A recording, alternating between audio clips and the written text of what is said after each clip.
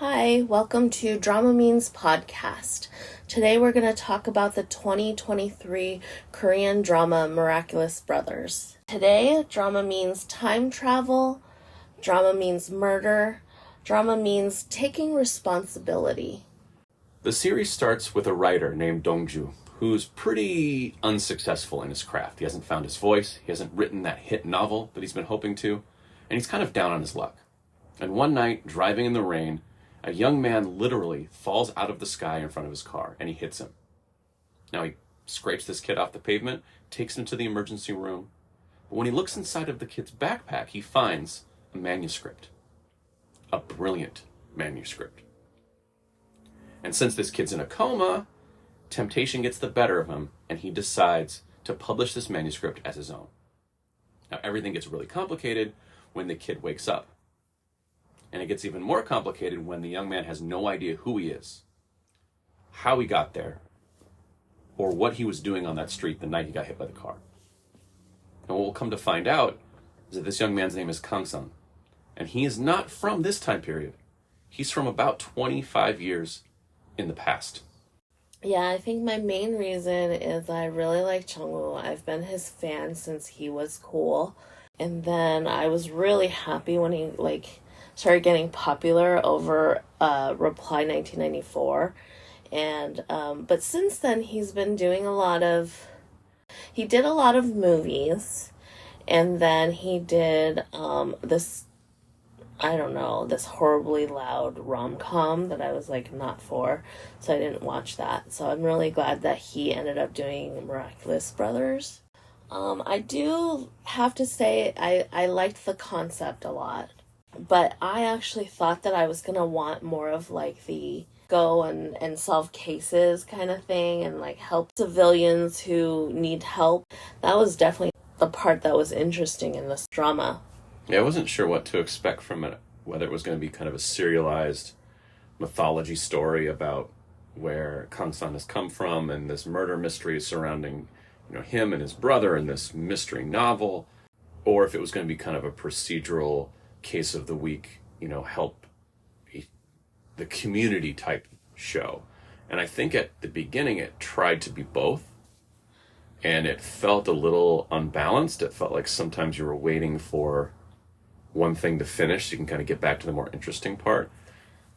I do have to say, when we first watched it, I kept saying to Ryan that I want something more. There's something that I want from this and I'm not getting, so I don't feel satisfied. So the first 4 episodes, I was very I wasn't that excited to continue it. I was there's nothing wrong with it, in my opinion, in the first 4 episodes. But I just kept I don't know. I don't really know if I want to watch the next episode. It kind of took me a while to get into it. And I kept saying, it's missing something. It's missing something. I'm not getting what I want from it. But I couldn't pinpoint what I wanted from it. And then episode 5 hits, and I was okay, it's picking up, and I'm more interested, and I'm excited to watch the next episode. Well, once they really dug into the brothers and the mythology and the past and the book and the 5 now powerful bad guys who were punk teenagers 27 years ago, and this crime they committed that they've now spent their entire lives kind of running from and covering up, once it really dug into that stuff, the show felt like it hit its stride. And it's weird, when we watched it, it felt like the beginning episodes, the show struggled moving scene to scene. Each scene felt very difficult to drive the next scene. They just kind of felt like a collaboration of scenes.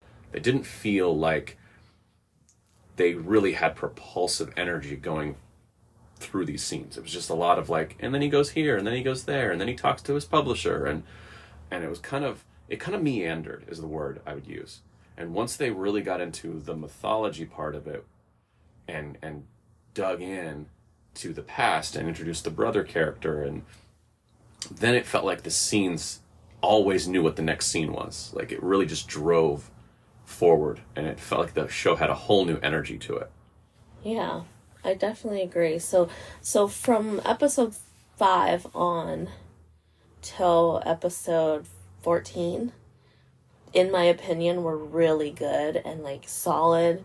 I mean, there are a lot of like issues with like the cops, but as for, you know, the relationships that were built between Dongju and Kangsan, and then Dongju and Yongdae, like I really enjoyed those relationships. I kind of want that dynamic between Dongju and Myeong-suk like to be like frenemies, but like ultimately friends because they went to college together, they know each other. Myeong-suk trusted Dongju enough to, you know, publish the book, even though he had his doubts about him, and they were like, they felt like rivals and almost like jealous of each other. But what I really wanted them ultimately to be like, you know, when it comes down to it, Myeong-suk was going to help Dongju, but that wasn't the outcome of this drama at all. And it kind of like, I don't know, it put a little bit of a bad taste in my mouth. I didn't understand the publisher guy's arc. Like, it didn't really feel like he had much growth or change other than like physical change. Like he's at the publisher and he's kind of like under his brother's thumb, and he's kind of just like, oh yeah, I run this publishing company, but my brother's really the powerful one. And then by the end he takes over, but he doesn't change as a person. He's just like, he just kind of takes this opportunity that has fallen in his lap. Well, and I don't know, he really doesn't affect any of the change in the show for himself. He doesn't change, but he does, because he ultimately is evil. He, like, that's what they're saying, is that's what they're trying to depict, is that he gains the power, and he's like, now he doesn't have time to do the publishing company thing. Like, I don't know if you noticed, but he was in his older brother's office at the end of the show. Yeah. Not at the publishing company. Yeah, because he was taking over. Yeah, and he was saying he doesn't even have time to sue Dongju for like plagiarizing that book, because he's got bigger fish to fry.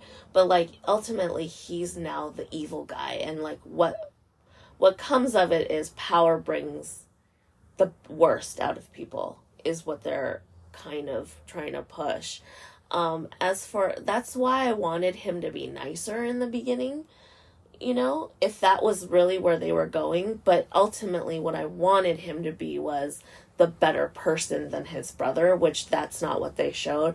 They showed that because now he has power, he's gonna be even more of a fuckhead than his brother. It's weird though, because if you think about it, the brother's evilness comes from the willingness to murder and kill and cover up and pay off cops. But like, his evilness at the end is just, he runs a corporation. Like, he doesn't do he's not doing anything evil other than sitting in the chair of the evil guy. So like, to me that missed, like, if that's what they were trying to show, like absolute power corrupts absolutely, I feel like they missed, because it was just a natural extension of where he was, and there was an opportunity, and he seized it as an opportunist, just like Dongju had this opportunity with this book, and then he seized the opportunity. So he was looking at this opportunity going, well, other people seize the opportunity when it presents them. Why should I be a good soldier and support my brother? Instead, let me get rid of him, and so I can take this opportunity. To me, that doesn't mean necessarily evil. Is it like altruistic? Is it heroic? Not really. It's a little underhanded, because he had all the information in front of him before anyone else knew, because of him tapping the watch, right? So he had the ability to like warn his brother or do things to help his brother and help, you know, the family or whatever. But instead he took that information and underhandedly, like, you know, convinced the board of directors to, like, you know, abandon his older brother and like, and use that and to make himself powerful. His choices were underhanded. But he's ultimately doing the right thing because he's not letting a murder get away. So Yes. that's where it's also just it's a little confusing in what they're trying to say, because ultimately he's doing the thing the audience wants him to do, which is turn in his brother and not protect the murdering fuckhead. Yeah. So it's like he's doing the right thing for the wrong reasons, and then he's going to become the powerful man of a corporation, which doesn't mean he's going to murder and bribe and kill necessarily. He could, but I guess his character was just a little bit flat for me, and so like I agree with you. I think their dynamic could have been interesting, but he was kind of a buffoon most of the show until he wasn't a buffoon anymore at the very end. Yeah. Because they even like run this whole thing, like how he gets punched in the nose, and then like, you know, Dongju keeps hanging up with him on the phone. Like he can't get him to the interviews on time. Like he can't effectively even do his own job because he can't control anybody. No one listens to him. Yeah. And so it's just, I didn't really find much to his character. I found myself agreeing with your sentiment of I wanted something more out of it. I wanted there to be a turn or a twist or an unexpected outcome between the two of them. There was a mutual respect or a major double cross or something. Yeah. And there was just kind of nothing. The better dynamic, I mean, we can talk about the main two guys, but the dynamic I really loved was between Dongju and his best friend, the cop. Yeah. Because every time he goes to his friend is there to back him up. And it's like no questions asked. He's like his number one cheerleader. He helps wrangle his mom when she's drunk. Like, and then he basically comes out and says, so by the way, my friend is from the past. I plagiarized the novel. Da-da-da. He like lists off some of the craziest things you can possibly hear. And his friend is like, oh, wow. Okay. Well, what are we going to do about it? Like, you'll make this right? And he's like, yes, I'm going to make this right. Okay, then I'm on your side. And it's never like, I don't believe you. Well, he didn't believe him at the beginning. I forgot how Dongju like explained it, but then his best friend was like, oh, you need to go get some sleep, or you need to, I can't remember what it was, but almost like that can't possibly be true, but when it came down to it, and he was Dongju was very serious in telling his best friend, like, this is what's going down. And the whole point was Dongju was trying so hard to cover up the fact that he plagiarized this book, that was like his main concern for a long time. But when he finally like breaks down and tells his best friend, who is his literally number one fan, he's like, yes, but you have the courage. Not everyone has the courage to take responsibility for the mistakes that they've made, but you have that courage and you are going to take responsibility, and therefore I support you. I've got your back. It's fantastic. And he goes so far as to like keep following that senator guy or that government official guy, and he comes across, like the undercover cop. Well, the dirty cop. The dirty cop. But he's just so there to help and support Dongju. He's such a like pure character, and I love those characters. Well, it's nice that I always say not every character needs to have a fully fleshed out arc that has to go from 0 to 60 in this wide array of changes and evolutions.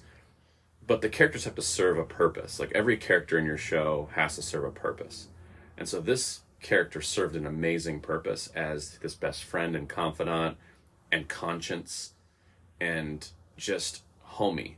And the fact he doesn't need a full arc to be his conscience in this show. I think we talked a little bit about this when we talked about Oh No, Here Comes Trouble, because you really wanted the Cupcake Man to serve as the cop's kind of conscience. And that would have been plenty for his character.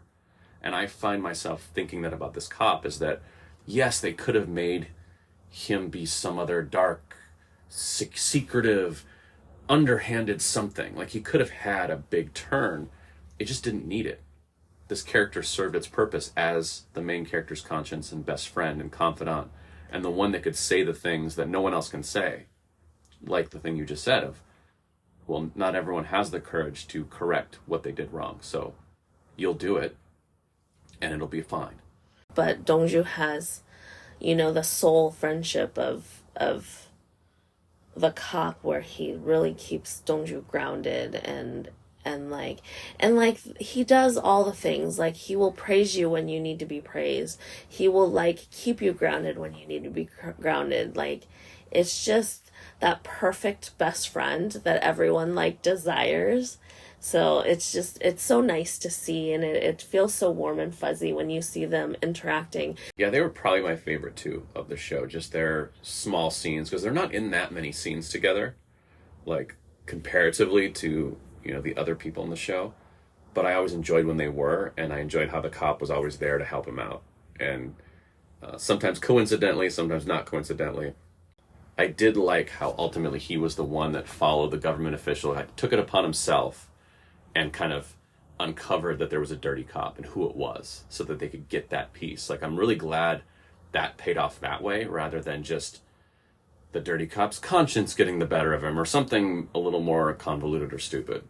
So I also really liked that there's some kind of connection between Dongju and Kang-san, and it's kind of interesting because you see the two brothers, Hanul and Kang-san, basically like see Dongju as a child, and they were his older brothers. And then all of a sudden, now in present day, Dongju is Kang-san's older brother and just has this kind of responsibility towards Kang-san. I like that dynamic. And I like how they kind of put that in where Dongju's father was involved in helping the two orphans, become like upstanding guys. I really liked that. And I was so worried that they were gonna try to say like, oh, Dongju's dad, was crooked and like had some kind of like, or backstabbed Hanul and Kang-san. I was like, oh, please don't make it that. Like, please don't make it that. And they didn't, and I love that they didn't. Yeah, there's definitely a show that takes that darker turn where he has to learn some hard truths about his father. And I'm very glad they didn't go down that route. Like, I could totally see a viable story there. I could totally see that being a twist, and that being something that Dongju has to come to terms with. His dad wasn't this heroic character from his childhood, but a deep, dark, bad guy. But I was actually glad that they were all kind of fathered by this same guy. The father figure is the same for the brothers and for Dongju, and they were at very different ages. Dongju was a very small child when he lost his dad. And these kids kind of had this adolescent mentorship by him and protection. And so they all had this fatherly son relationship with him. And I liked how that was all tied together. I was really happy when they brought that back. I thought the construction of the case, as far as the murders the murder that happened 27 years ago, and the brothers and the manuscript, I actually really liked how all of that played out. I thought they did a really good job of kind of wiring that together and connecting it to the dad and connecting it to the orphanage and connecting it to the current modern day. I thought they did a really good job. Even the, finding out the real reason why that cop died, the girl's partner, that actually felt really right. And then it kind of lifted that burden of, his death on, off her shoulders. I think that worked really well also. Yeah, they really did use every piece of the animal. They didn't really introduce things that they didn't kind of integrate into the storyline. So everything kind of went somewhere, so that the partner's death kind of feels like a non sequitur at one point, where oh, he just got hit by a truck. Why is everyone so mad at her? He got hit by a truck. It's not her fault. And then you kind of start peeling back and you start realizing, oh, there was more to this. And then it's all connected to the main story, and then connected to the older cop who's getting ready to retire, and it's kind of sins of his past are coming home to roost. So even some of these minor characters get small moments, and I thought they used them all pretty well. So should we talk about what we didn't like so much? Yeah, we can talk about that. I have one, and it's not even the most egregious thing in the world. It's just a personal preference. I've worked on shows like this, and I've noticed that a lot of shows have become more like this. But I don't like all the yelling, all the shouting, like characters that have to shout their dialogue to know that they mean it. And it's so cheap as far as like, this is tense now because I'm shouting. This is anger now because I'm shouting. And I thought Jung-woo got real shouty, especially at the beginning of this, when he feels desperate, when he feels cornered and not appreciated by anyone. His mom is drinking too much and causing problems, and no one likes his writing, and no one wants to give him a chance. And then he gets really insecure about getting caught with the plagiarism, so anytime anyone even comes close to accusing him of plagiarism, he's just screaming. And maybe it's just my need for things to be a little more subtle, or the fact that how much in real life do you really shout at anyone else? Like, how much do you actually raise your voice at your boss, your significant other, your parents? It happens so infrequently because when you do raise your voice, people freak out. If you were to walk into your job and scream at your boss, there would be a meeting about it. Like, things would have to change. So I just don't find it real, and I don't find it to be good acting, and I don't find it to be good directing. And so that really irked me. Yeah, so I actually really like Chung-woo. I think he's actually a good actor, but he actually has a tendency to talk really loud. I think it's himself, because he talks pretty loud, even like when you see him on variety shows, when you see him on other, dramas, productions, he talks really loud. He does a lot of screaming in general. And I think that's just how he acts. And he actually does those really emotional scenes well. But then what he doesn't do well is that he's just really loud. And I've seen it, in his past projects. And I'm pretty sure that if we watch anything in the future with him, it's going to still be that same way. But I definitely get what you mean. I have a hard time when they start just like being so loud and yelling a lot. It actually takes me out of the story and the drama itself. For me, it just doesn't give you any place to go because you're just already screaming at the top of your lungs. And so you can't get angrier than that. So you just dial it up to 10. And it's almost like that cliche of like the cop that just yells at his underlings, and like they've done parodies of this where it's like the angry police chief who yells at Merton Riggs, and at a certain point you just stop listening because it's just feedback. It's just loud for you. Go, okay, I get it, I'm being yelled at. It doesn't even matter what you're saying anymore. And so I find myself just kind of like disengaging when characters start to shout too much. Now, if you've built to it and you've earned it and you've simmered tension and then it's built to kind of a screaming match, fine, because I think now you've earned it. But it felt like they went to that well a lot with his character, especially. Maybe it is an actor preference, maybe it's a director preference, but it was a little grating. It was a little too much. So another common subject matter in a lot of Korean dramas, especially these like non-rom-com ones, is that corrupt, wealthy, high power character. And we see this so much in so many Korean dramas, movies, and I get it. I know it's a subject matter that a lot of like Korean citizens want to talk about, and a corruption, there's this one movie called Asura that I absolutely hated, but it was all about corruption and all the government officials, cops, everyone's corrupted. And I was telling a friend how much I hated it and why I hated it.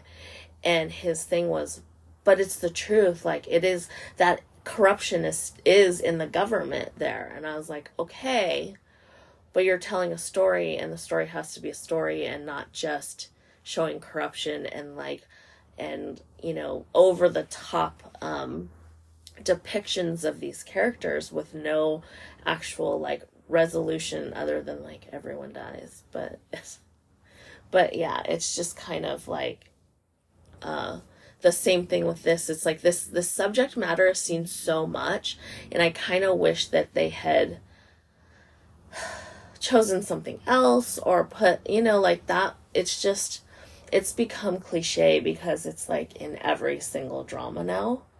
I feel tired watching the same subject matter. So my issue with it in this show is kind of that it's generic. It's not very specific about what these rich and powerful corrupt people actually do. It's like, well, one's a government official, and like Taeman like runs this group. It's like literally like I run a conglomerate. It's so generic. It's so like, yes, of course, I'm a billionaire who runs a company that does billionaire things. And it's so just rich and powerful that it doesn't get any specificity to it, and it's a little lazy. Yeah. Because you are buying like, well, yeah, they're rich and powerful, so they have the government, they have the cops, they have other businessmen, they have fancy things, they get to go into fancy places, and you don't ever have to explain why they're able to do the things they do. Like, why do they get henchmen? Why do they get to go to Henchmen R Us and like purchase henchmen? Oh, because they're billionaires. That's why. But like, there's no specificity to, for me anyway, for what they do. And so it just kind of is like, generic corruption. Yeah. And it's funny, like, that USB drive that, like, that bar owner had. It's just like, oh, Taeman paying off a bunch of all these other people and companies and, and I get it. Like, that's the thing, but it just seems so old. But even that was generic. Like, tell me what that ledger really was. Like, dig into what that ledger even was. So he kept a spreadsheet. She kept it, but in order for her to keep it, he would have had to record also like how the money went back and forth. So there's a legitimate spreadsheet of illegitimate payoffs that are easily trackable by opening the spreadsheet by the cops. It has to be generic because that doesn't make any sense.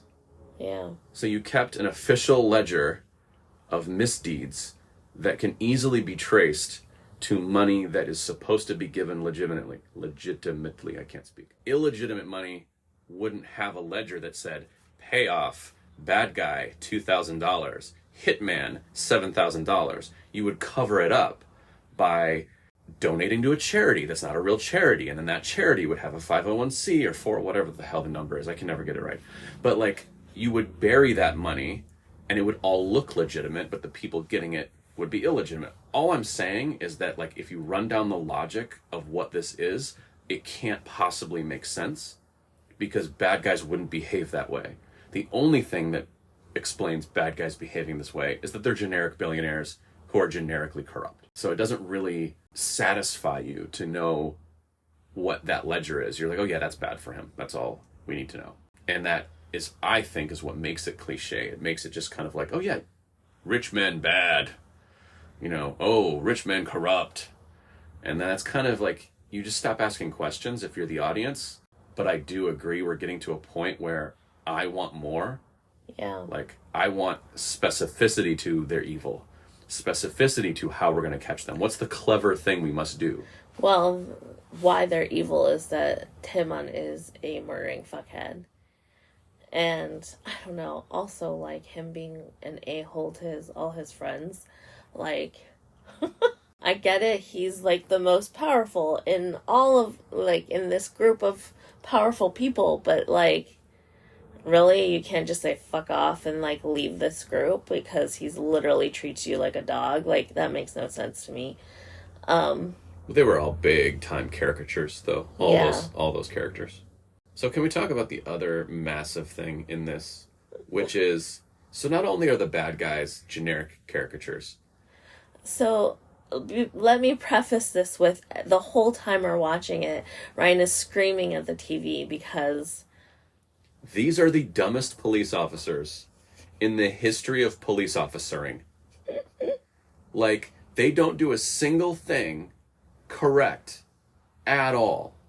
Now, I will preface this by saying I've worked on some cop shows.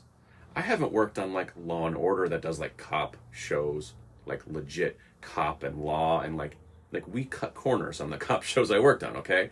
But still, cops have to behave like cops. And none of them do. They are all so freaking dumb that I don't even understand their utility. Like, literally, every lead in the show comes from Dongju, Kangsan, or the friend. Every single break in the case that the cops get is a phone call from another character saying, hey, you should look into this. Oh, hey, here's this USB drive. Oh, hey, look at this YouTube link. Every single thing is handed to the cops, and they just kind of wander around going doop, doop, doop, doop. This is another reason why I feel like people need to research. And I don't think they do. They don't research what doctors do. They don't research what cops do. They don't research what lawyers do. And it just doesn't, so many of these dramas just doesn't make sense. And I'm like, it drives me nuts. And it gets to a point where they become completely illogical. And I'm like, and not even like what humans would do. Well, let's just talk about the fact that, okay, so she suspects Dongju has done something underhanded. She's like, he's written this book that is connected to this murder. And she's like, I need DNA evidence. And so she goes into his house, and she's a cop. She goes into his house and steals his toothbrush so that she can steal DNA evidence to try to ID Kang-san. You can't do that as a cop. You can't just go into people's houses and steal their shit. Then, a handful of episodes later, she wants to see what the security camera is. So she goes in his house and steals the chip from his security camera to try to figure out what's... You can't do that. You can't take people's property as a cop.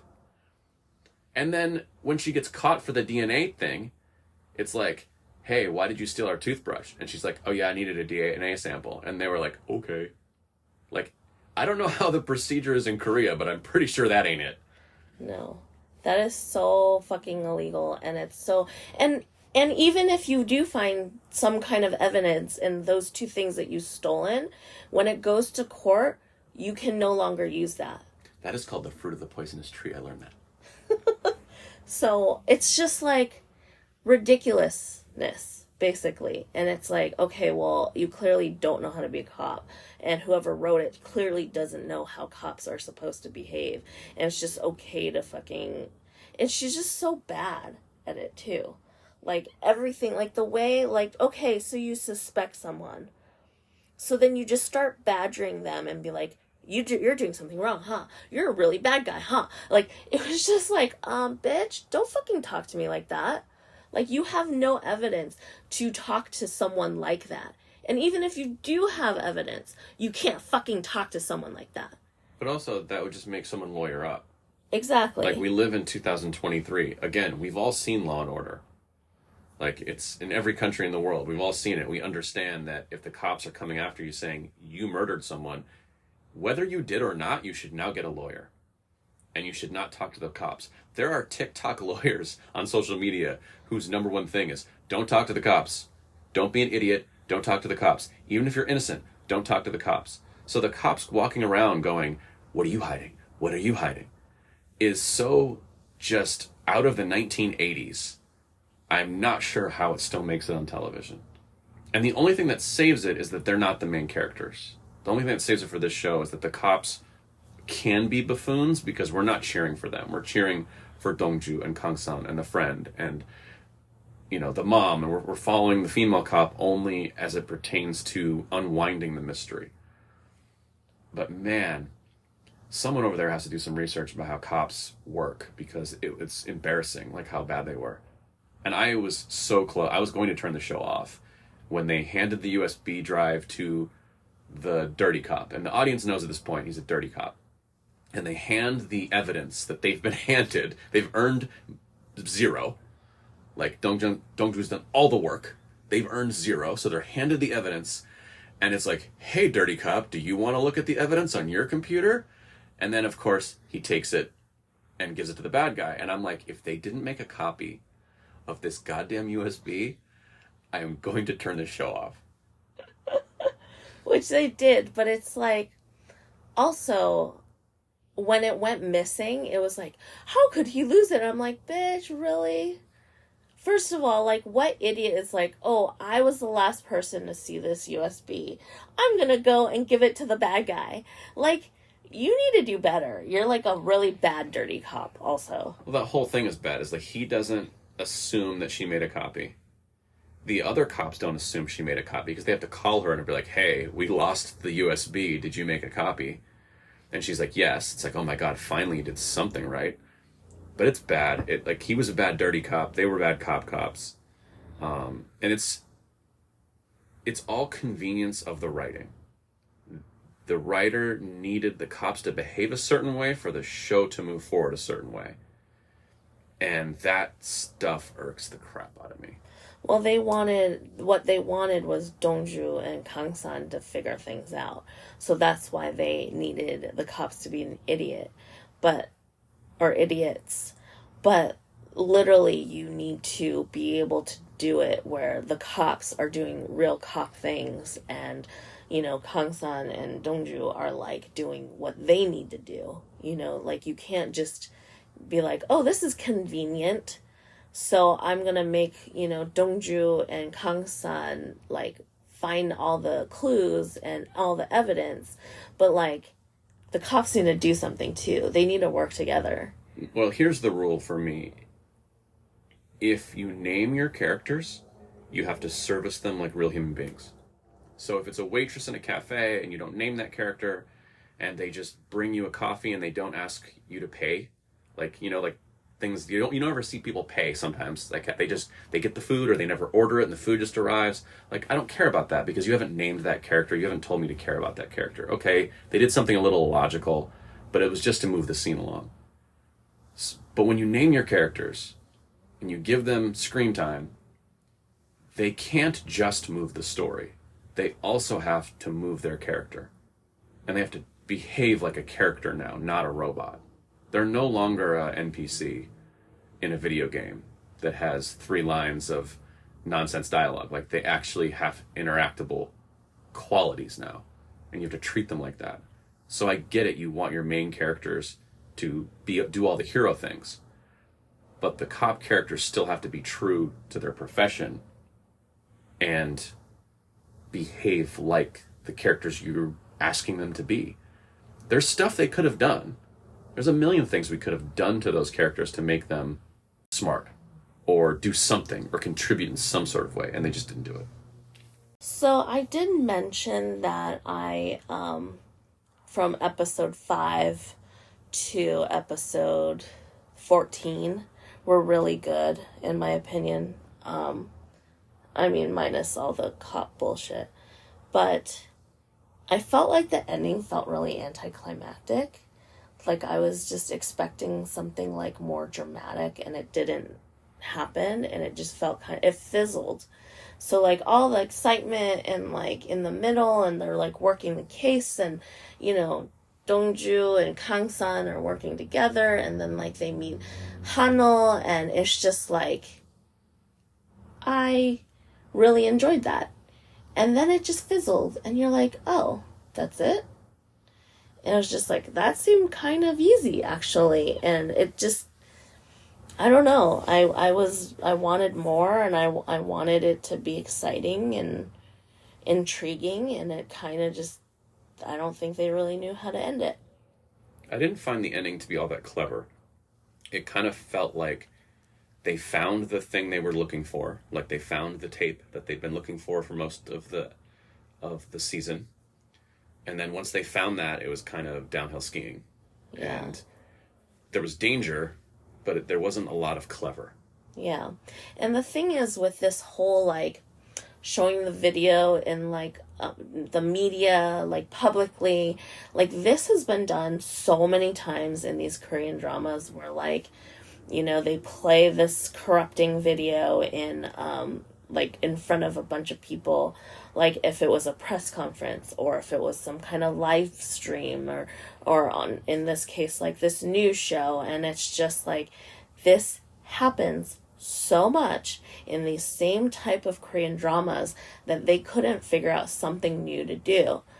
And that's where it gets really disappointing, because like, I get it, that's like so easy to do, right? Like in this day and age, you know, you show a clip, you know, to the public, and it's just so like everyone watches it right away, and then people, you know, screen grab it or whatever, and then now it's just in the public and there's no way taking it back. So even if they don't get like super in trouble, you know, like it's out there, everyone knows about it.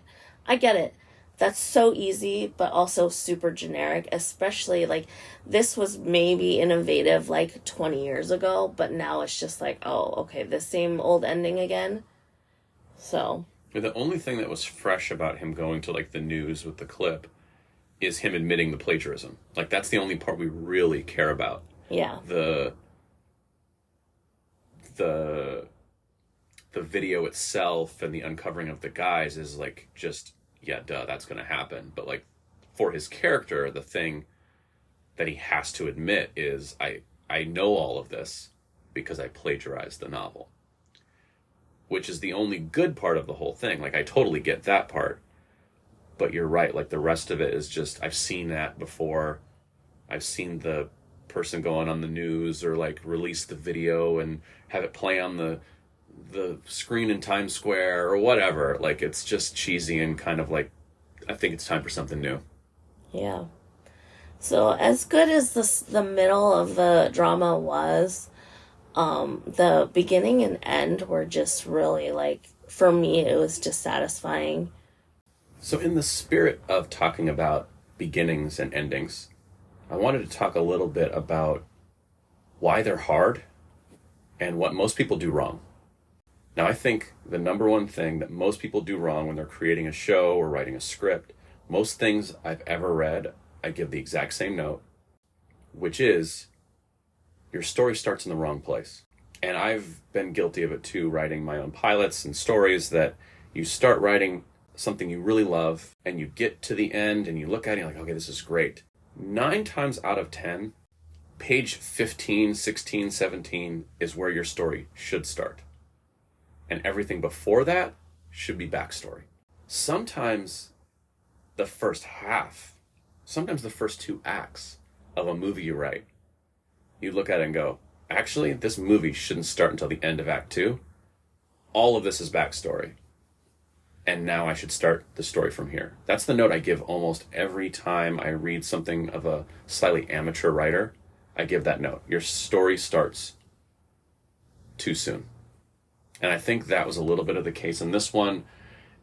Not really that the story started too soon. It took them a while to get it up and running.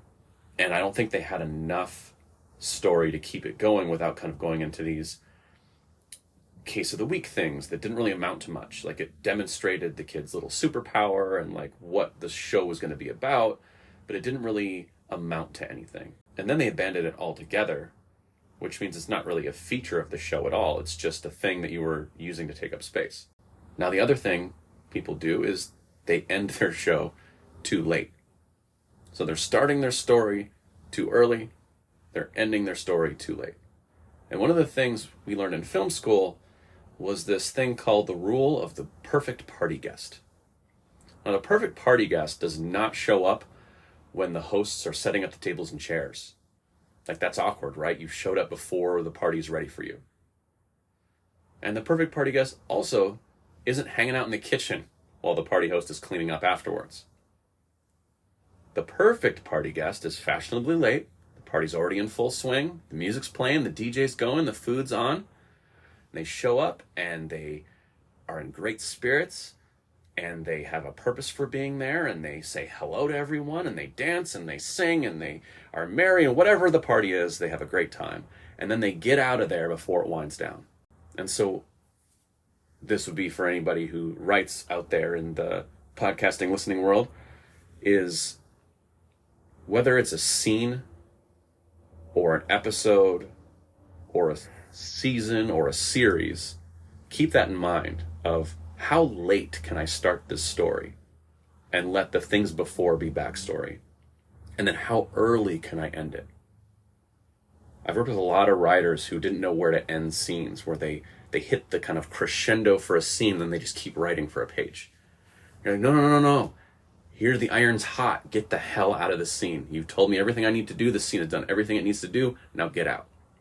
And I think one of the weaknesses of this show was they ended the show kind of in episode, 15 was the second to last episode? Yeah. They ended the show kind of in episode 15. They've kind of accomplished everything the show needs to accomplish. They've got the tape out there. He's confessed to the plagiarism. The kid knows who he is. He's learned Dongju's learned something about his father. They've kind of completed everything they need to complete. And then it was just a lot of housekeeping in the last episode. And housekeeping's not that fun to watch. And it's difficult because you want to give, the emotional fallout enough time to kind of simmer. I get it. You don't just want to end like, and he's arrested. Okay, end credits. Bum, bye. But at the same time, the last episode just had no tension in it because we already knew that everything that needed to happen had already happened. And there was nothing else to add other than, I wonder what they're doing now, which isn't all that interesting.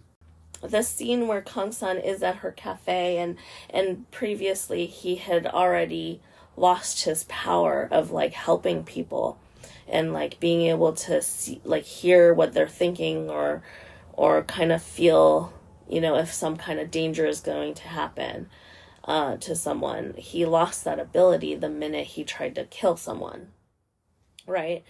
And so then he gets it back.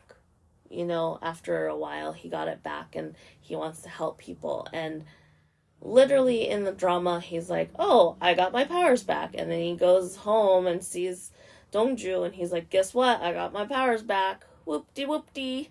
And it could have just been like cooler. And I mean, maybe you can call this generic or whatever, but like, I think it would have been better if it's like, oh, he